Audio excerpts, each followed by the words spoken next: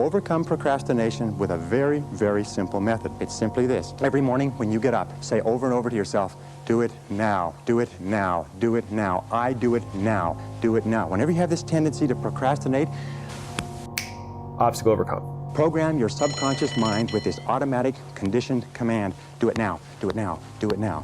The key to overcoming procrastination is to develop a sense of urgency. So urgency, man, you want to have urgency in your schedule. You need to eat good, you need to take care of yourself, and you need to stay out of no free time. Because free time is where drug dealers live. Free time is where depression and the devil live. If this place was burning down right now, you ain't gonna be thinking, oh, I'm depressed, I can't leave. If this room gets hot enough, you will fucking roll your ass out of here as fast as you can. Get control of yourself, come up with a plan, and take action. Daily. My high school English teacher, Mr. Fisk, he had this beautiful quote, and it read, rest at the end, not in the middle. And I took that to heart. Never, ever rest in the middle. Say over and over to yourself, do it now. Do it. Do it. Do it. You don't know what to do. You ought to be ashamed of yourself. Now get out there and do it. And do it. And do it. And do it. That's the hack. The hack is gonna fucking suck. Do it now. Do it now. Do you know that less than 2% of the population have a sense of urgency? And the most successful people live urgently. And that there is not an example of a successful person anywhere who does not have a sense of urgency. The most successful people are impatient. The most successful people have high expectations of themselves and of the people around them. I have days I don't want to do it, but I know I'm going to do it. I know from years of just doing it. I get annoyed with a lot of the superstition around routine. You know, I remember there was a guy who messaged me, he's like, dude, I'm doing my morning routine. And he's like, and I have a cold plunge, a red light sauna, I ground outside, and then I do my gratitude journal. And then he had this list. It was like, you know, it was taking him like 3 hours to get his routine done or whatever in the morning. You could just not do that and work for 3 more hours every day. Here's another thing about rituals, yeah? Rituals. Rituals is another word for fear. Oh man, I forgot my lucky pants. I'm gonna lose. You're afraid. So you're trying to tell yourself, I need to do this. I've done this before and it worked. This little detail that I done in my warm-up or something, I've done that and it worked. Now I must always do it. You could throw me in there any time. You know what I mean? You could throw me in there. And so I think there's a lot of superstition around, especially in the entrepreneur space, around if I don't get my morning routine in, I'm just useless. And I'm like, man, I'd love to compete against you.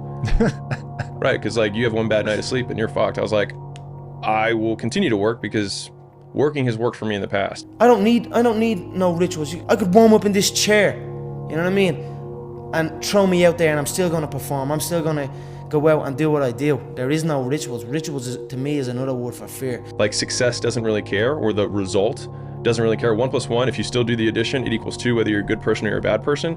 If you still do the shit, that's all that matters. Suck it up and you find a way to persevere and work your way around it, because guess what? You ain't the only person in the world that's going through stuff.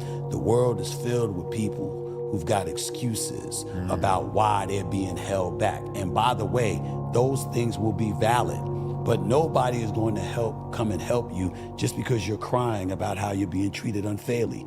You have to show that you have the intestinal resolve to overcome. Guy says, I'm not sure now's a good time. Because right now you're probably not doing something because you're like, I'm too busy. I'll start when it's convenient, whatever. If you say that as the excuse for not doing something, then there's an assumption underlying that says that if I get busy again in the future, I will stop. And so do you want the success that you want to be long-term? Yes. Then do you believe that you'll never be busy again for the rest of your life? No. So then you might as well start when you're busy so that you have the most support. Because if you learn how to do it when you're busy, when it gets quiet, you'll succeed even more. And when it gets busy again, you know how to do it because that's how you started. Discipline your body, free your mind, get up early and go. Get after it and you will become the person you want to be. And you become that person through one small decision at a time. Life's this game of inches. The margin for error is so small. I mean, 1/2 a step too late or too early, and you don't quite make it. 1/2 second too slow, too fast, you don't quite catch it.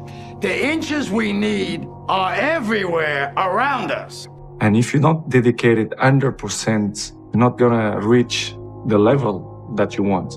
Be the kind of person who gets things done quickly. Be the kind of person who launches fast on a task. For example, you arrive home, you had a lunch, you do it a quick nap, and you wake up, you play with your kids, and I have to go to the gym at least 30, 40 minutes, but this will make the difference in the end of the day, you understand? One of the ways to launch fast on a task is to take the task and break it up, what is called salami slicing it. Slice a piece of salami. You don't try to eat a whole loaf of salami, you just eat it one slice at a time.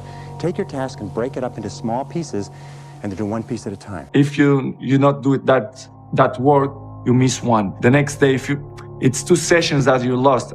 And I know in the end of the day, in the hand, they're gonna make a huge difference. On this team, we fight for that inch. Because we know when we add up all those inches, that's gonna make the fucking difference between winning and losing. Between living and dying. I'd rather die. I would rather die than be that loser guy. You want to walk out that door a damn loser, then you walk out the door a winner. I'll fight to the death. It sounds crazy, but you got to give it that much. You know who has a plan B? Motherfuckers that lose. That's a fact. Okay? Every single person that wins big, every single person that you look at, every single person that you're inspired by, they only have one motherfucking plan, and that is they are gonna win or they are gonna die fucking trying. I'll tell you this, in any fight, it's the guy who's willing to die who's gonna win that inch. Lose! I don't lose! I win! I win! That's my job! That's what I do! If you expect to lose, you will. I know a lot of guys are very talented. A lot of women are very talented, but they don't think they can do it, and they don't. Kill me! If you want results, otherwise you'll be like everybody else. The majority of the population, they think they're praying hard.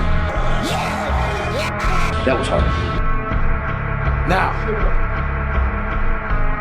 what are you gonna do? Life without those challenges, it's existence. Don't just exist. Go live.